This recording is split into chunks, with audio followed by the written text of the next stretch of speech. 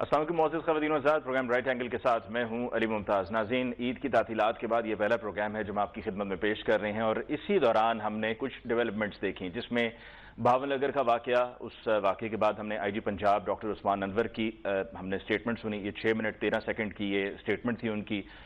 इसमें 4 एडिट से ज़्यादातर सफाइयाँ थीं, जैसा कि उनकी तरफ से ये कहा गया कि पंजाब पुलिस फोर्स को मुखातिब करते हुए कहा गया कि आपकी कमांड आपके साथ रही है और मुख्तलिफ जब भी वाक़यात हुए तो हम आपके साथ रहे हैं। फिर इसके अलावा बताया गया कि जी ईद से पहले तकरीबन 800 लोगों की प्रमोशंस हुई और उसके अलावा भी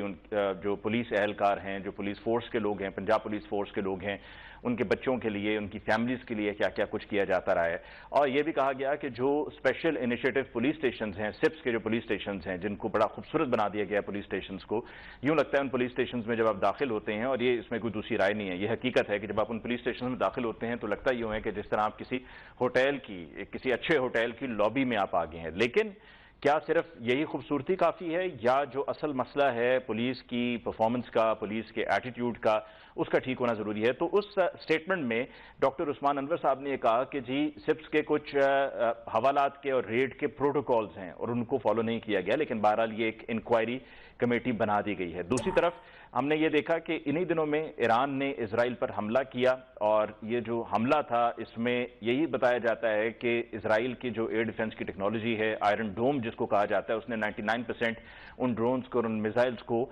इंटरसेप्ट कर लिया था, और साथ में अमेरिका की और जॉर्डन की मुआवनत हासिल थी। और ईरान की तरफ से ये हमला उस हमले के नतीजे में किया गया है कि जो इजराइल की तरफ से शाम में ईरानियन कॉन्सुलेट पे बमबारी की गई थी, और ये उसका रिटेलिएशन था। अब दुनिया किस तरफ जा रही है? क्या कहीं ये जंग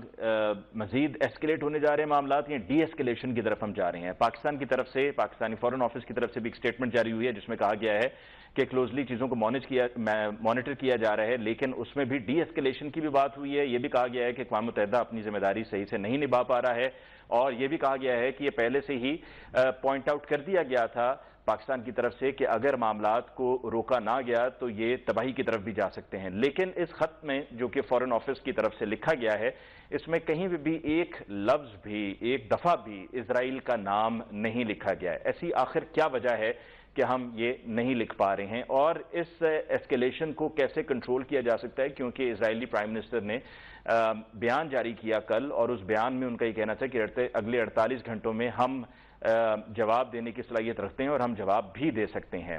पाकिस्तान में इन्वेस्टमेंट सऊदी अरेबिया की, यकीनन हमें इन्वेस्टमेंट की ज़रूरत है। हमारे लिए बहुत से माशी सतह पर बहुत सी मुश्किलात हैं, बहुत से ऐसे अपहिल टास्क हैं कि जिनको हमने एड्रेस करना है।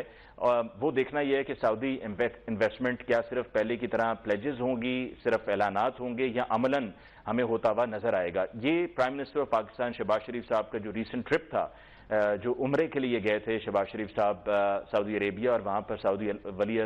अहद से उनकी मुलाकात भी हुई थी, उस मुलाकात के बाद की डेवलपमेंट्स हैं। गो के इस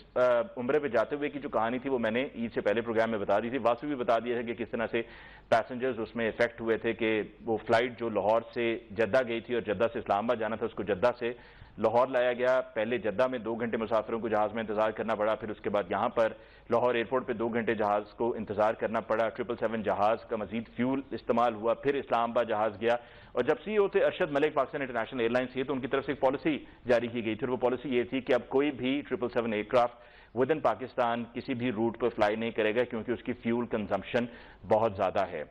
जब शहबाज शरीफ साहब प्राइम मिनिस्टर थे तो उस वक्त भी सस्ती रोटी की बात हो रही थी, आज भी सस्ती रोटी की बात हो रही है। पाकिस्तान पीपल्स पार्टी रोटी कपड़ा और मकान की बात करती है, यानी कि हम अभी भी बेसिक्स में ही हैं, हम उससे आगे नहीं निकल पा रहे हैं। पहले भी यही बात हो रही थी, अब भी वही बात हो रही है।